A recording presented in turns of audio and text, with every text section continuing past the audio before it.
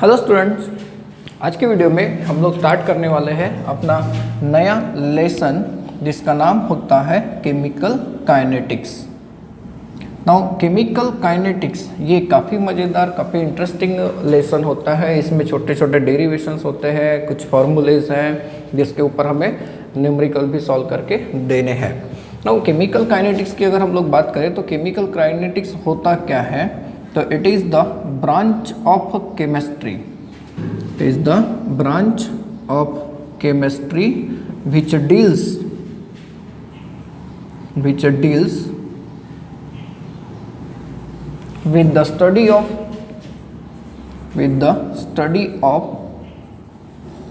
rates of chemical reaction and the factors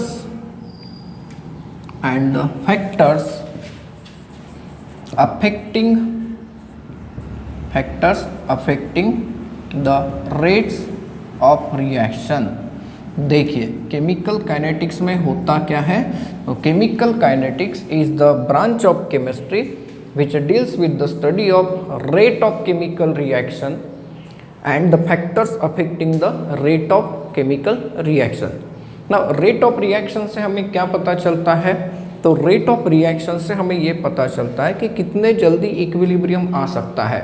means reactors reaction में क्या होते हैं, प्रोडक्ट्स में कन्वर्ट होते रहते हैं। कभी रिवर्सिबल रिएक्शन रही तो प्रोडक्ट्स भी रिएक्टर्स में कन्वर्ट होते रहते हैं। तो कब इक्विलिब्रियम आ सकता है इसका प्रेडिक्शन आप लोग कर सकते हैं from the rates of chemical reaction. Guys कई सारे रिएक्शंस ऐसे होते हैं जो एलिमेंटरी स्टेप्स में चलते हैं। एलिमेंटरी स्टेप्स मतलब छोटे छोटे स्टेप्स में चलते हैं एंड देन फाइनल स्टेप आ जाती है। मतलब ओवरऑल जो रिएक्शन होती है वो उन छोटे छोटे स्टेप्स एलिमेंटरी स्टेप्स का क्या होती है, सम होती है। तो ऐसे रिएक्शन का मैकेनिज्म स्टडी करने के लिए भी हमें रेट ऑफ रिएक्शन काफ़ी हेल्पफुल होता है। तो रेट ऑफ रिएक्शन क्या होता है ये हम लोग समझेंगे, लेकिन केमिकल काइनेटिक्स क्या है ये क्लियर हो गया। तो chemical kinetics is the branch of the chemistry which deals with the study of the rates of chemical reaction and the factors affecting the rate of reaction।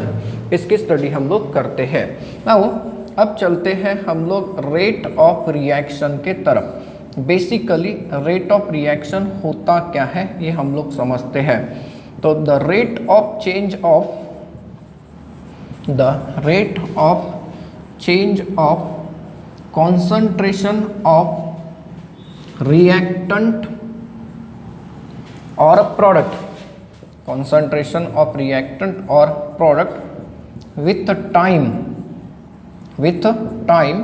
is called as rate of reaction, is called as what, rate of reaction। अब rate of reaction का basic definition क्या होता है मैंने आप लोगों के सामने रखा है। The rate of change of concentration of reactant और product with time is called as rate of reaction. सोचिए अगर आप लोग कोई एक रिएक्शन कैरी आउट कराना चाहते हैं जिसमें ये रिएक्टेंट है और ये है प्रोडक्ट। रिएक्टेंट किस में कन्वर्ट हो रहा है, इनटू द प्रोडक्ट। तो इनिशियली आप लोगों को ऑब्जर्वेशन मिलेगा कि रेट ऑफ रिएक्शन काफ़ी फास्ट है। क्यों? क्योंकि इनिशियली सिर्फ रिएक्टेंट था, प्रोडक्ट नहीं था। रिएक्शन जैसे ही चालू होगी रिएक्टेंट किस में कन्वर्ट होना चाहेगा, प्रोडक्ट में। तो रिएक्टेंट का क्वांटिटी कम कम होता जाएगा, बराबर ना। रिएक्टेंट का कॉन्सेंट्रेशन क्या होता जाएगा, कम कम होता जाएगा, एंड प्रोडक्ट का कॉन्सेंट्रेशन क्या होता जाएगा, बढ़ता जाएगा। मतलब जैसे जैसे टाइम जाएगा वैसे वैसे इन दोनों का कॉन्सेंट्रेशन क्या होगा, चेंज होगा।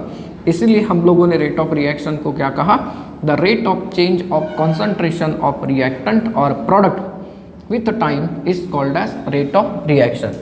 Guys generally rate of reaction हम लोग दो टाइप में पढ़ते हैं। इसमें पहला जो रेट ऑफ रिएक्शन होता है इसे हम लोग कहते हैं एवरेज रेट ऑफ रिएक्शन। इसे हम लोग क्या कहते हैं, average rate of reaction. Now average rate of reaction का मतलब क्या है, the rate of reaction measured over a long period of the time. Rate of reaction measured over a long period of the time, मतलब हम लोग कह सकते हैं कि कॉन्सेंट्रेशन का जो चेंज है डिवाइडेड बाय द टाइम, वहाँ पर आप लोगों को क्या मिलेगा, एवरेज रेट ऑफ रिएक्शन। कैसे, देखिए एवरेज रेट ऑफ रिएक्शन, अब यही डेफिनेशन लागू होती है अगर हम लोग एवरेज रेट निकालने की बात करते हैं, that is average rate of reaction, तो ये हम लोग कैसे डिफाइन करते हैं? तो change in concentration, change in concentration divided by the time, divided by the time, और you can say time change, मतलब टाइम इंटरवल, टाइम इंटरवल।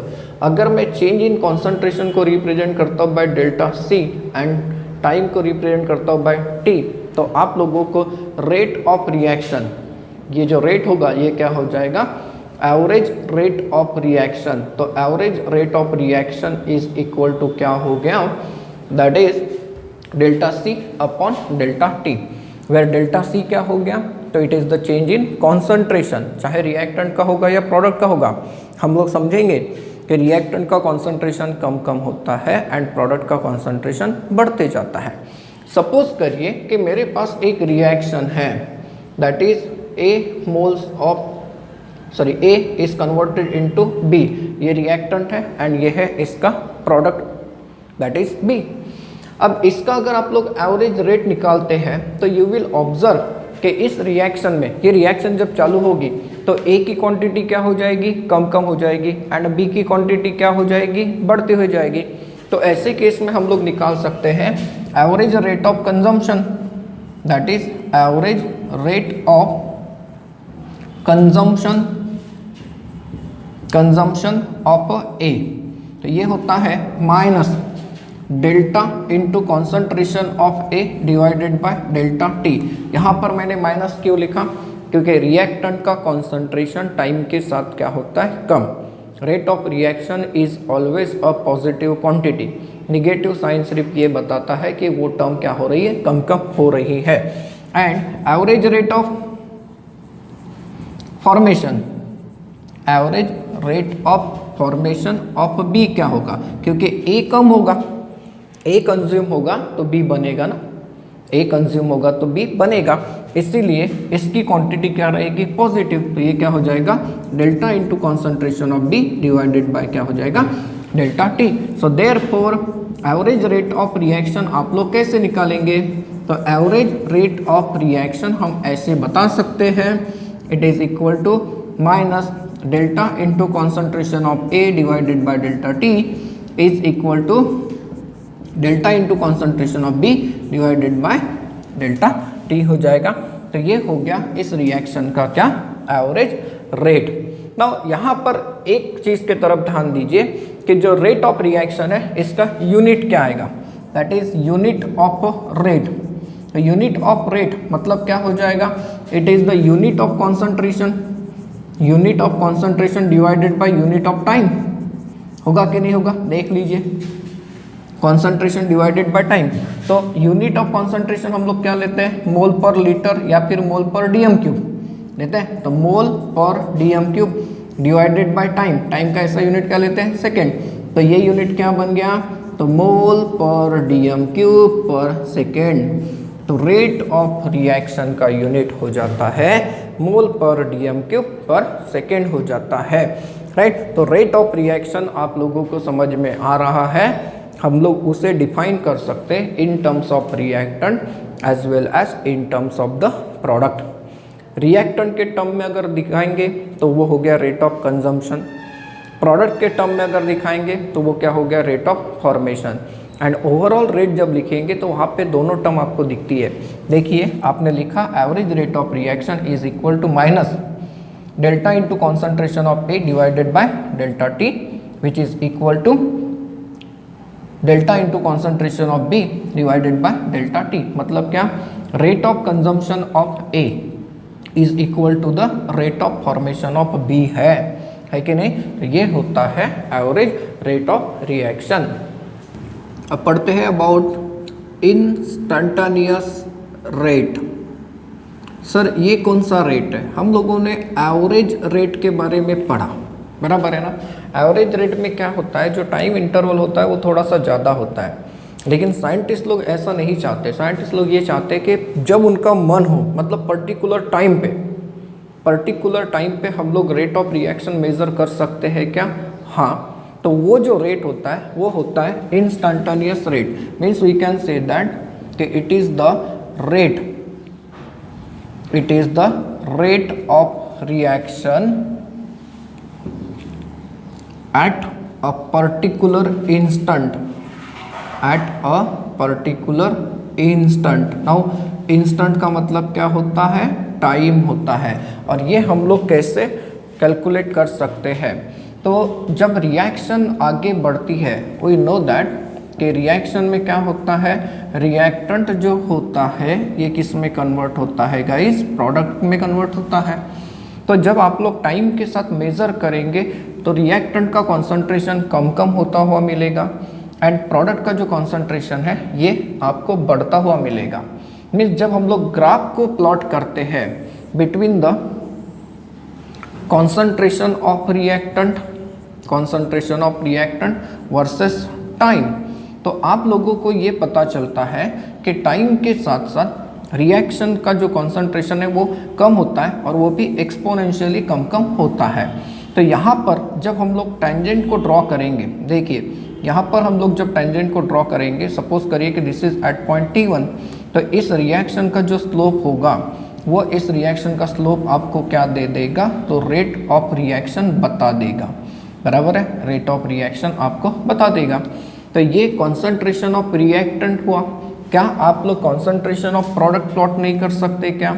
जब आप लोग कॉन्सेंट्रेशन ऑफ प्रोडक्ट को प्लॉट करोगे वर्सेस टाइम, तो यू विल ऑब्जर्व गाइस कि concentration of product time के साथ क्या होता है, बढ़ता है। तो इस केस में जब आप लोग टेंजेंट को ड्रॉ करोगे तो एट पर्टिकुलर टाइम, सपोज करिए एट टाइम T1, तो आप लोगों को क्या मिल जाएगा, स्लोप मिल जाएगा, बराबर है, यहाँ पर स्लोप मिल जाएगा। तो स्लोप इज इक्वल टू क्या हो जाएगा, रेट ऑफ रिएक्शन हो जाएगा।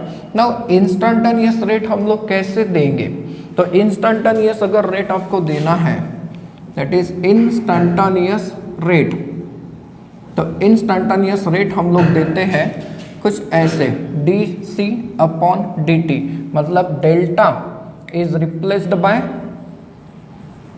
d, बराबर ना, डेल्टा को हमने किससे रिप्लेस करा दिया, बाय डी से रिप्लेस करा दिया।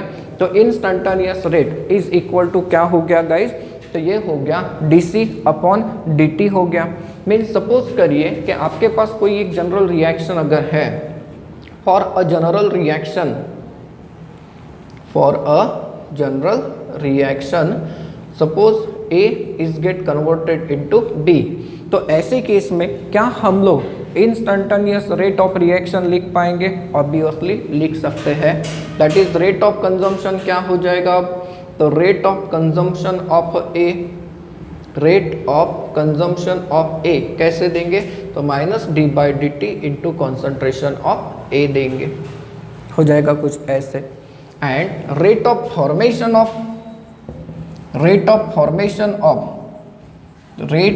फॉर्मेशन ऑफ B अगर देते तो ये क्या हो जाएगा, positive d/dt into concentration of the B।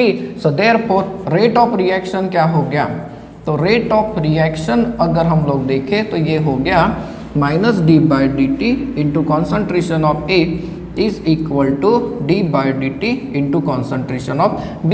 होगा कि नहीं होगा, कुछ ऐसे।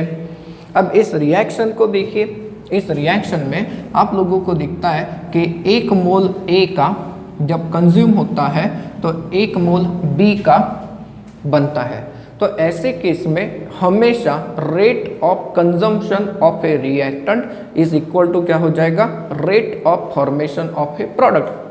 बट ऐसे रिएक्शन को अगर हम लोग देखें जहां पर नंबर ऑफ मोल्स मतलब स्टाइकियोमेट्री ये अगर बैलेंस नहीं है या प्रॉपर नहीं दिख रही है, तो ऐसे केस में हम लोग रिएक्टेंट्स का रेट कैसे हम लोग रिएक्शन का जो रेट है वो कैसे लिख पाएंगे, उसके बारे में हम लोग समझते हैं। अब कंसीडर करिए इस रिएक्शन को, हमने देखा है कि जब रिएक्टेंट एंड प्रोडक्ट दोनों 1-1 मोल की क्वांटिटी में है तो rate of consumption of reactant is becomes equal to the rate of formation of product आता है। लेकिन यहाँ पर देखिए रिएक्शन है A + thrice B gives twice C, मतलब क्या, A का 1 मोल जब कम होता है तो C का कितना मोल बनता है 2। A का 1 मोल कम होता है तो B का कितना मोल कम हो रहा है 3। जब B का 3 मोल कम हो रहा है तो C का कितना मोल बन रहा है 2 मोल बन रहा है। मतलब यहाँ पर रिएक्टेंट्स एंड प्रोडक्ट की जो कोएफिशिएंट्स है ये कैसे है अलग अलग है। अगर आप लोग इसे कंपेयर करते हैं that is -d/dt into concentration of B मतलब rate of consumption of the B, तो यू विल ऑब्जर्व दैट कि it is 3 times as compare to the rate of consumption of the A, है कि नहीं है। देख लीजिए कि B का कम होने का जो रेट है वो A के मुकाबले कितने गुना है 3 गुना है। एंड अगर आप लोग rate of formation of C को देखते हैं that is rate of formation of C, तो इट इज डबल, इसे ऐसे लिखा जा सकता है it is double as compare to the rate of consumption of the A, है कि नहीं। कुछ इस तरीके से कॉम्प्लिकेटेड रेट है। तो रेट ऑफ रिएक्शन ऐसा कॉम्प्लिकेटेड नहीं होना चाहिए, इट शुड बी यूनिक होना चाहिए। कैसा होना चाहिए यूनिक होना चाहिए।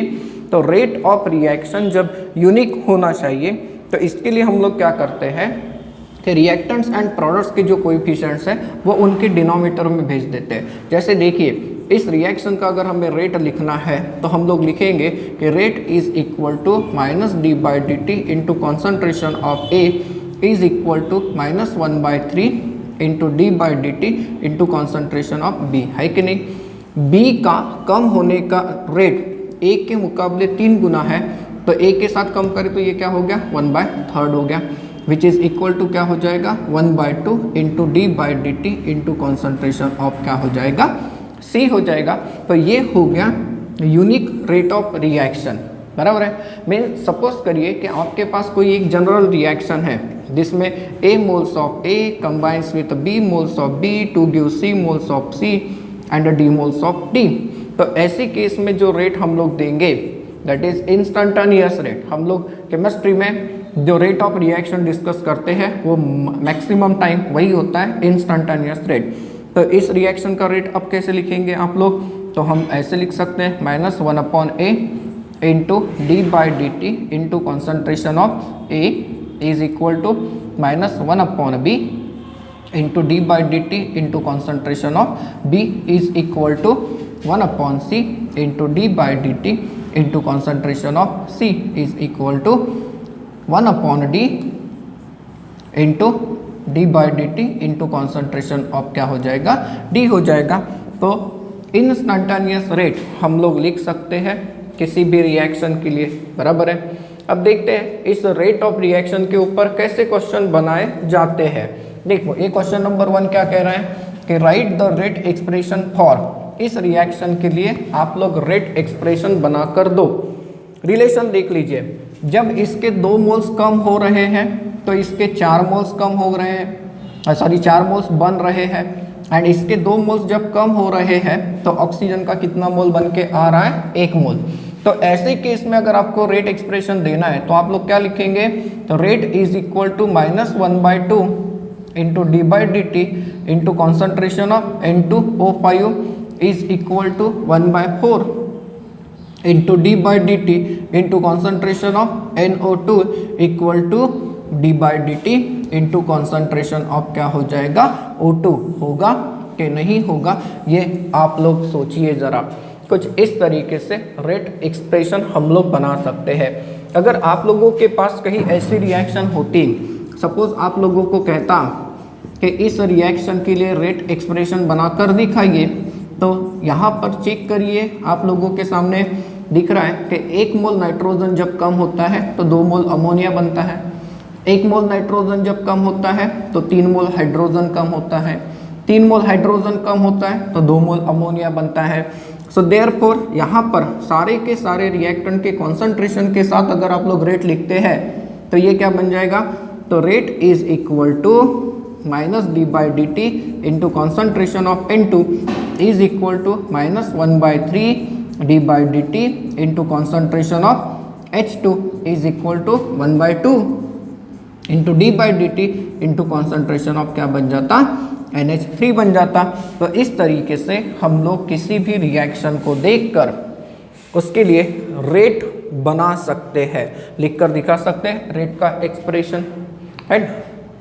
अब क्वेश्चन नंबर 2 को देखिए क्या कह रहा है।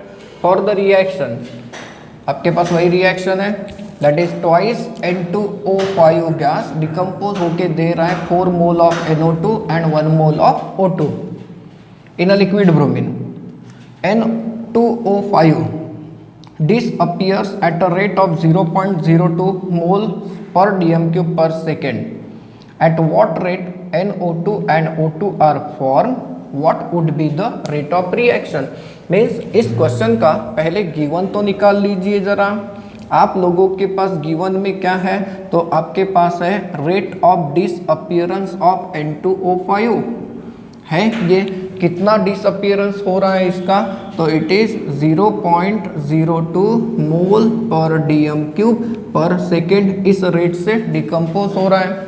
अब आप लोगों को कैलकुलेट करने के लिए कहा है d/dt into formation of NO2 है, rate of formation of NO2 ये फाइंड आउट करने के लिए कहा है। Then d/dt into concentration of O2 मतलब rate of formation of O2 calculate करने के लिए कहा है, एंड इस रिएक्शन का ओवरऑल रेट भी कैलकुलेट करने के लिए कहा है। अब इस इक्वेशन को अगर हम लोग देखें तो इससे रेट निकलता है कि नहीं निकलता देख लीजिए। तो रेट इज इक्वल टू क्या हो जाएगा, तो इट इज -1/2। इनफैक्ट इसे हम लोग यहाँ पर भी लिख सकते हैं, कैलकुलेशंस में माइनस का इंपॉर्टेंस नहीं है, सिर्फ क्या बता रहा है, कम हो रहा है। तो -d/dt into concentration of N2O5 is equal to 1/4 into d/dt of NO2 equal to d/dt of concentration of O2 ये है।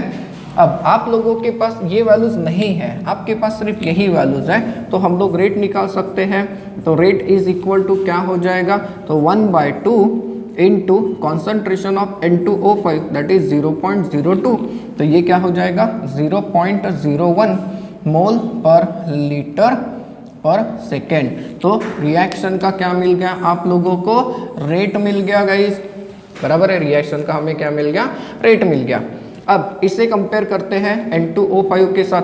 देखिए d/dt into concentration of NO2, देखिए जरा रिएक्शन को, आप लोगों को पता चलता है कि जब इसके 2 मोल्स डिसअपियर होते हैं तो इसके 4 मोल बनते हैं, बराबर है ना।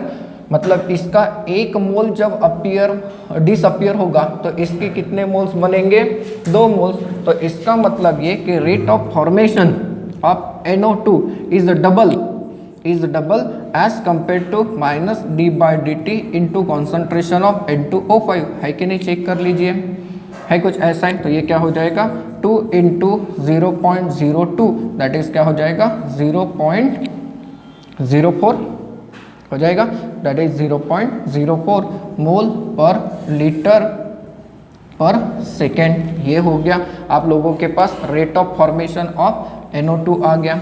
अब क्या फाइंड आउट करने के लिए कहा है आप लोगों को, तो rate of formation of O2 ये फाइंड आउट करके दिखाइए। तो इसे कंपेयर करिए N2O5 के साथ, तो यू विल ऑब्जर्व कि जब 1 मोल O2 बनता है तो 2 मोल क्या होता है, N2O5 डिसअपियर होता है। मतलब ये जब 2 मोल डिसअपियर होगा तो ये 1 मोल बनेगा, बराबर है ना। तो इसका जो फॉर्मेशन है वो इसके मुकाबले कितना है, हाफ है। तो ये कितना हो जाएगा, that is 1/2 into -d/dt into concentration of N2O5 that is 1/2 into 0.02 that is 0.01 मोल पर डीएम क्यूब पर सेकेंड होगा कि नहीं होगा। इस तरीके से आप लोगों को मिलता है रिएक्शन का overall rate, then rate of formation of NO2 and rate of formation of O2।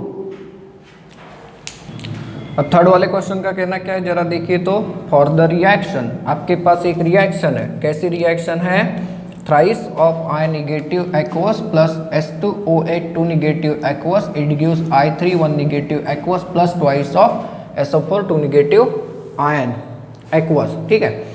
Then calculate the rate of formation of I3 negative the rate of consumption of I negative and S2O8 2 negative and the overall rate of reaction if the rate of formation of sulfate anion SO4 2 negative is 0.022 moles per dm cube पर second. एक ही guys इसका पहले given अलग कर लीजिए। आप लोगों के पास गिवन में एक वैल्यू है और वो वैल्यू कौन सी है, minus D by D T है कि फॉर्मेशन है तो ये प्लस हो गया, D by D T into concentration of SO4 2 negative किस रेट पे बन रहा है तो 0.022 मोल पर डीएम क्यूब पर सेकेंड इस रेट पे बन रहा है। आपको क्या निकाल के देना है, that is rate of formation of I3 1 negative, ये कैलकुलेट करके देना है। आप लोगों को कैलकुलेट करके देना है consumption D by D T into concentration of I negative, इसका कंजम्पशन। देन आप लोगों को कैलकुलेट करके देना है कंजम्पशन ऑफ S2O8 2 निगेटिव, इसका। एंड आप लोगों को डिटरमाइन करके देना है rate of reaction, right. Rate of reaction भी आप लोगों को डिटरमाइन करके देना है।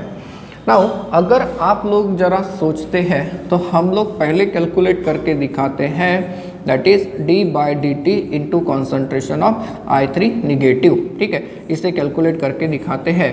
अब आपके पास कंपेयर करने की टर्म कौन सी है, सल्फेट एनायन, तो इसे कंपेयर करके देखिए आप लोगों को क्या पता चलता है। यू विल ऑब्जर्व कि जब 1 मोल I3 निगेटिव का बनता है तो 2 मोल सल्फेट के बनते हैं। इसका मतलब ये हुआ कि सर I3 निगेटिव का फॉर्मेशन इसके फॉर्मेशन के मुकाबले आधे रेट पे है, बराबर है कि नहीं।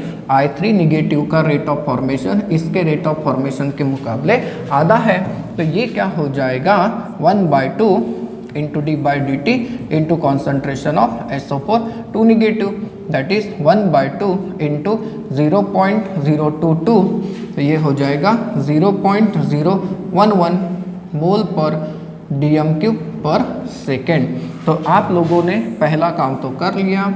आप लोगों को पूछा था rate of formation of I3 negative, हो गई है। देन उसके बाद बी सेकेंड कैलकुलेशन कराते हैं। हमें फाइंड आउट करके देना है rate of consumption of I negative. Now rate of consumption of I negative, इसे कंपेयर करिए सल्फेट के साथ, क्या पता चलता है।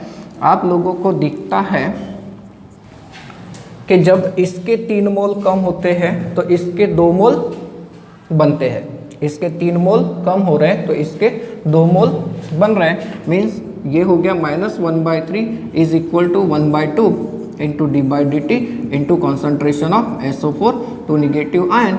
सो therefore minus D by D T into concentration of I negative ion is equal to क्या हो जाएगा 3/2 हो जाएगा। ये टर्म यहाँ पर चली गई, 3/2 into D by D T into concentration of SO4 2 negative, that is 3/2 into 0.022 करिए। तो गाइस ज़रा कैलकुलेट, आप लोगों को इसका आंसर कितना मिलता है।